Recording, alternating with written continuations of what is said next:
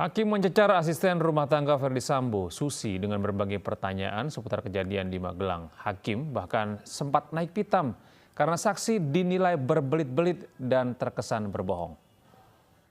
Terlalu banyak bohong saudara ini. Pakai apa bawahannya? Ingat saya ibu pakai kaos pendek, celana panjang kain. Pakai celana panjang kain.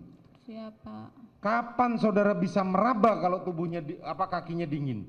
Saya pegang ininya. Tadi katanya Telapaknya. pegang kakinya. Telapak kakinya aja. Kenapa saudara tiba-tiba memegang telapak? Ya saya khawatir gitu kan. Emang di telapak saudara tahu apa? Kalau udah dipegang telapak tahu dari mana? Saya pegang ini, ibu kenapa? Bukan gini loh, kenapa saya bingung bertanya